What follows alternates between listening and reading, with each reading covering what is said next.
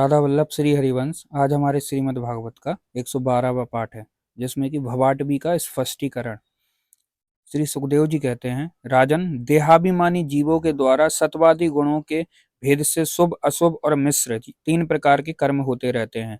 उन कर्मों के द्वारा ही निर्मित नाना प्रकार के शरीरों के साथ होने वाले जो संयोग वियोग आदि रूप अनादि संसार जीव को प्राप्त होता है, उसके अनुभव के 6 द्वार हैं, मन और 5 ज्ञानेंद्रियां। उनसे विवश होकर यह जीव समूह मार्ग भूलकर भयंकर वन में भटकते हुए धन के लोभी बनिजारों के समान समर्थ भगवान विष्णु के आश्रित रहने वाली माया की प्रेरणा से बीहड़ वन के समान दुर्गम मार्ग में पड़कर संसार वन में आ पहुंचता है।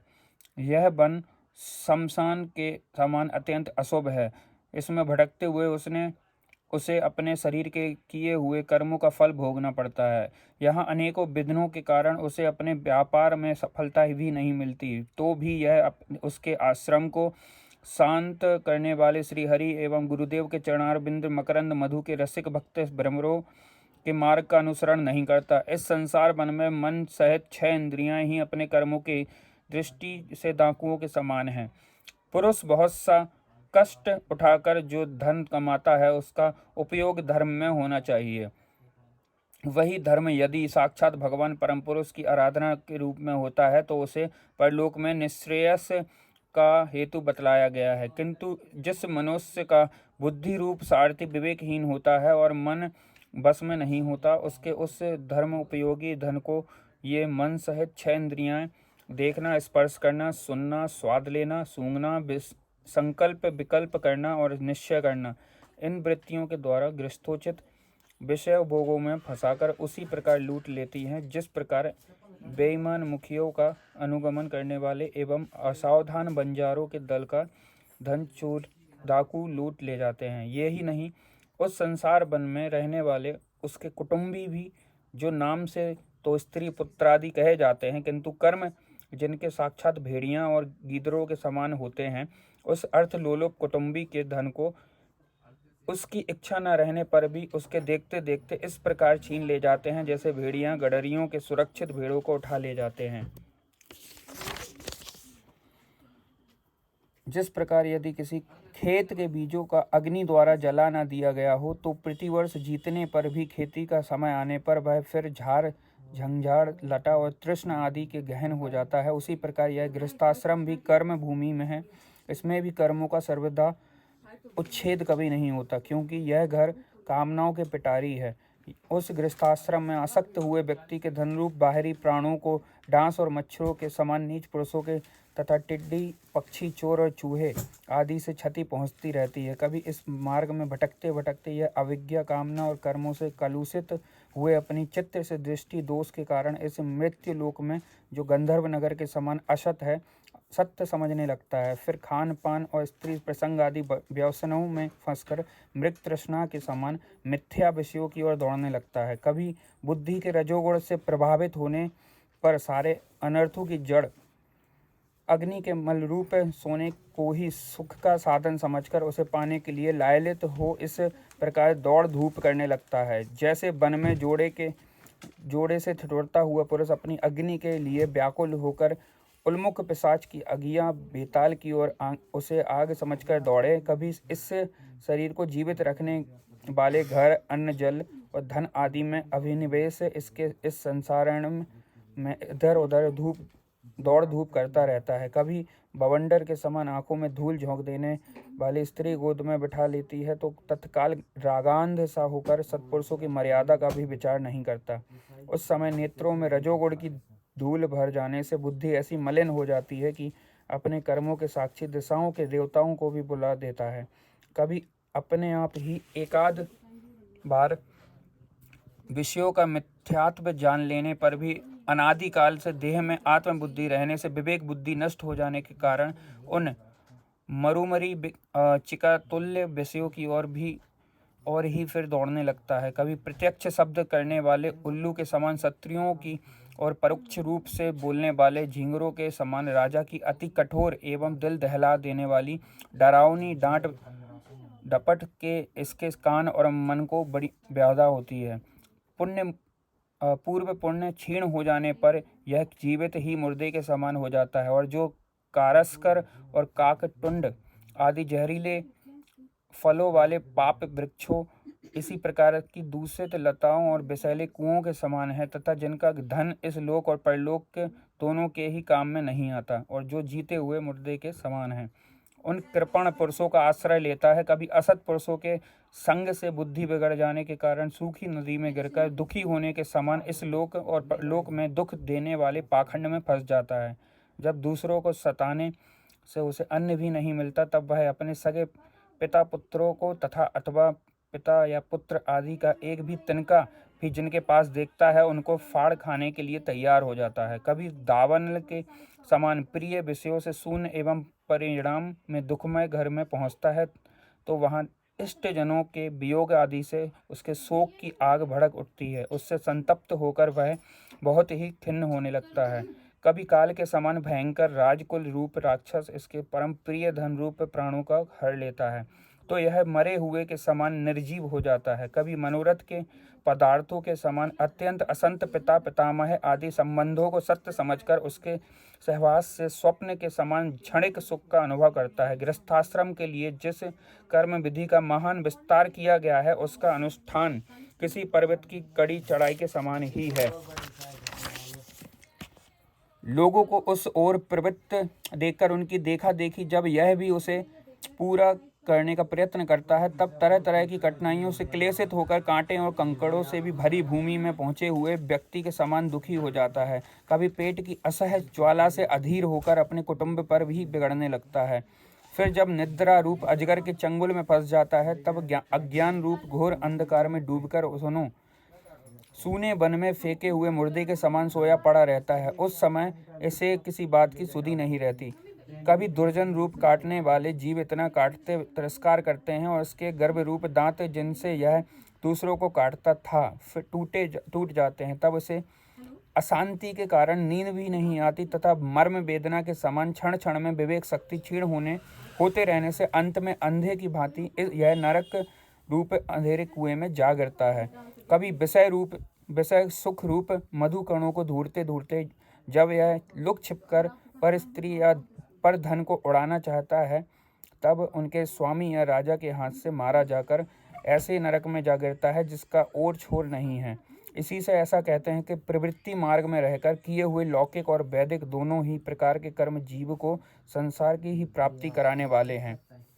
यदि किसी प्रकार राजा आदि के बंधन से छूट भी गया, तो अन्यान्य से अपहरण किए हुए उन स्त्री और धन को देवदत्त नाम का दूसरा व्यक्ति छीन लेता है, तथा उससे विष्णु मित्र नाम का कोई तीसरा व्यक्ति छटक लेता है। इस प्रकार वे भोग एक पुरुष से दूसरे पुरुष के पास जाते रहते हैं, एक स्थान पर नहीं ठहरते। कभी कभी शीत और वायु आदि अनेकों आदि दैविक आदि भौतिक और आध्यात्मिक दुख की स्थितियों के निवारण करने से समर्थ न होने पर यह अपार चिंताओं के कारण उदास हो जाता है। कभी परस्पर लेन देन का व्यवहार करते समय किसी दूसरों का थोड़ा सा दमड़ी भर अथवा इससे भी कम धन चुरा लेता है, तो इससे बेईमानी के कारण उससे बैर ठन जाता है।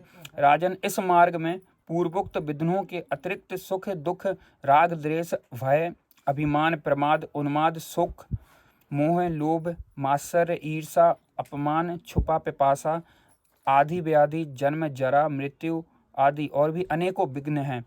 इस विघ्न बहुल मार्ग में इस प्रकार भटकता हुआ यह जीव किसी समय देव माया रूपिणी स्त्री के वायुपास में पड़कर विवेकहीन हो जाता है। तब उसी के लिए विहार भवन आदि बनवाने की चिंता में ग्रस्त रहता है, और उसी के आश्रित रहने वाले पुत्र पुत्री तथा अन्य स्त्रियों के मीठे मीठे बोल चितवन और चेष्टाओं में आसक्त होकर उसी में चित्त फंस जाने से वह इंद्रियों का दास अपार अंधकार में नरकों में गिरता है। काल चक्र साक्षात भगवान विष्णु का आयुध है। वह परमाणु से लेकर द्विपरार्ध प्रयत्न क्षण घटी आदि अवयवों से युक्त है। वह निरंतर सावधान रहकर घूमता रहता है।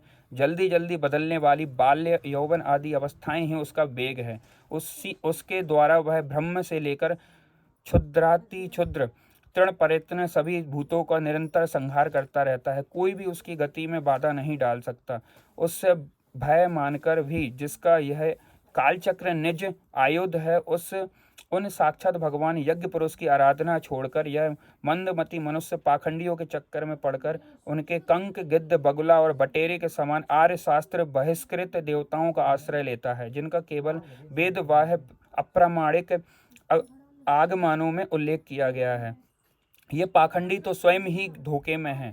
जब यह भी उनकी ठगाई में आकर दुखी होता है तब ब्राह्मणों की शरण लेता है, किंतु उपनयन संस्कार के अनंतर स्रोत स्मार्त कर्मों से भगवान यज्ञ पुरुष की आराधना करना आदि जो उनका शास्त्रोक्त आचार है वह उसे अच्छा नहीं लगता। इसलिए वेदोक्त आचार से अनुकूल अपने में शुद्धि न होने के कारण यह कर्म शून्य शूद्र कुल में प्रवेश करता है, जिसका स्वभाव बानरों के समान केवल कुटुंब पोषण और स्त्री सेवन ही है।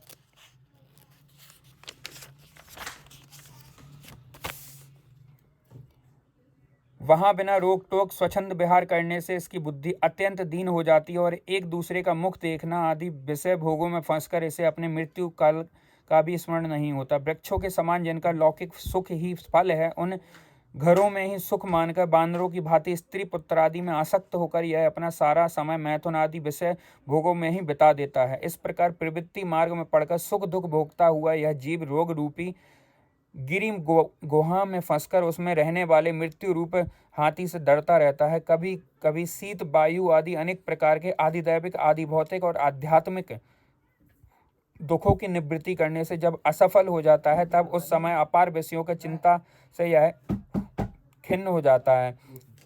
कभी आपस में क्रय विक्रय आदि व्यापार करने पर बहुत कंजूसी करने से इसे थोड़ा सा धन हाथ लग जाता है। कभी धन नष्ट हो जाने से जब इसके पास सोने बैठने और खाने आदि का भी कोई सामग्री नहीं रहती तब अपने अभीष्ट भोग न मिलने से यह उन्हें चोरी आदि बुरे उपायों से पाने का निश्चय करता है।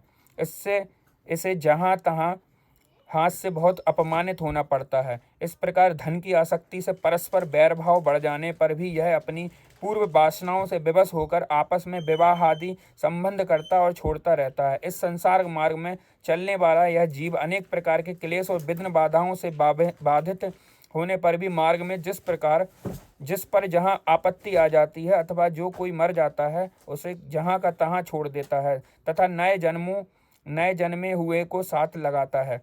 कभी किसी के लिए शोक करता है, कभी किसी का दुख देखकर मूर्छित हो जाता है, किसी के वियोग होने की आशंका से भयभीत होता है, किसी से झगड़ने लगता है और कोई आपत्ति आती है तो रोने चिल्लाने लगता है। कभी कहीं कोई मन के अनुकूल बात हो गई तो प्रसन्नता के मारे फूला नहीं समाता, कभी गाने लगता है तो कभी उन्हीं के लिए बंधने में ही हिचकता है। साधुजन इसके पास कभी नहीं आते, यह साधु संग से सदा वंचित रहता है। इस प्रकार यह निरंतर आगे ही बढ़ रहा है। जहाँ से इसकी यात्रा आरंभ हुई है, जिसे इस मार्ग की अंतिम अवधि कहते हैं, उस परमात्मा के पास यह अभी तक नहीं लौटा है।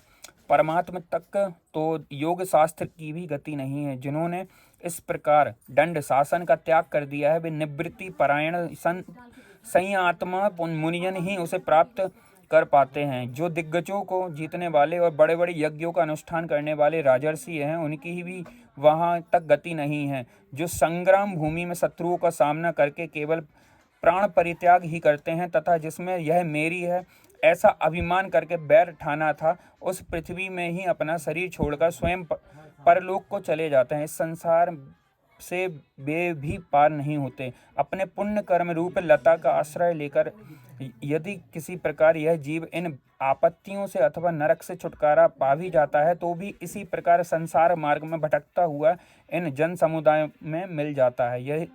यही दशा स्वर्ग आदि उज्ज्वल लोकों की जाने वालों की भी है। राजन, राजर्षि भरत के विषय में पंडित जन ऐसा कहते हैं, जैसे गरुण जी की होड़ कोई मक्खी नहीं कर सकती, उसी प्रकार राजर्षि महात्मा भरत के मार्ग का कोई अन्य राजा मन से भी अनुसरण नहीं कर सकता। उन्होंने पुण्य कीर्ति श्री हरि में अनुरक्त होकर अति मनोरम स्त्री, पुत्र, मित्र और राज्य आदि को भी युवावस्था में ही विष्ठा के समान त्याग दिया था। दूसरों के लिए तो इन्हें त्यागना बहुत ही कठिन है। उन्होंने अति दुस्सह्य पृथ्वी, पुत्र, स्वजन, संपत्ति और स्त्री की तथा जिसके लिए बड़े बड़े देवता भी लालयित रहते हैं, किंतु जो स्वयं उनकी दया दृष्टि के लिए उन पर दृष्टिपात करती रहती हैं, उस लक्ष्मी को भी लेस मात्र इच्छा नहीं की।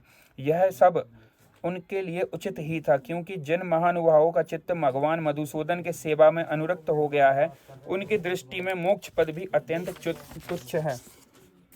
उन्होंने मृग शरीर छोड़ने की इच्छा होने पर उच्च स्वर से कहा था कि धर्म की रक्षा करने वाले, धर्मानुष्ठान में निपुण, योग गम्य, सांख्य के प्रतिपाग, प्रकृति के अधीश्वर, यज्ञ मूर्ति, सर्वांतरयामी श्री हरि को नमस्कार है। राजन, राजर्षि भरत के पवित्र गुण और कर्मों की भक्तजन भी प्रशंसा करते हैं। उनका यह चरित्र बड़ा कल्याणकारी, आयु और धन की वृद्धि करने वाला, लोक में सुयश बढ़ाने वाला, अंत में स्वर्ग तथा मोक्ष की प्राप्ति कराने वाला है। जो पुरुष इसे सुनता या सुनाता है और उसका अभिनंदन करता है, उसकी सारी कामनाएं स्वयं ही पूर्ण हो जाती हैं, दूसरों से उसे कुछ भी नहीं मांगना पड़ता। श्री कृष्ण।